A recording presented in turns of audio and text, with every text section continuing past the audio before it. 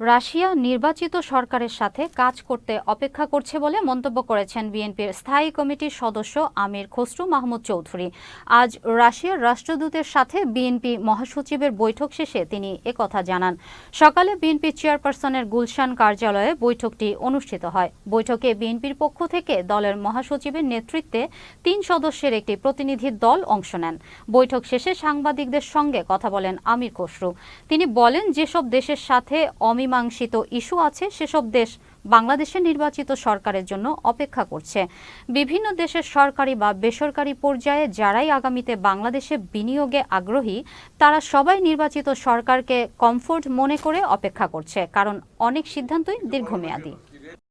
তাদের তো আগ্রহ স্বাভাবিকভাবে আগামী দিনে যে নতুন সরকার আসবে তাদের সাথে তাদের যে কাজ করার পরিবেশটা যাতে অব্যাহত থাকে বিগত দিনের মতো, এবং তাদের স্বাভাবিকভাবে বাংলাদেশে তো অনেক বড় বিনিয়োগ আছে, তাদের আগামী দিনের অনেক পরিকল্পনা আছে বাংলাদেশে বিনিয়োগের।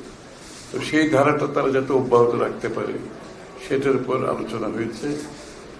জাপানিজ বিনিয়োগ সবসময় বাংলাদেশে আমরাও প্রত্যাশা করি তাদের বিনিয়োগের কোয়ালিটি ভালো, কস্ট কম, এবং টার্মস অফ ট্রেড বাংলাদেশের জন্য সবসময় ভালো ছিল। বিদায় দুই দেশের সম্পর্ক অত্যন্ত গুরুত্বপূর্ণ।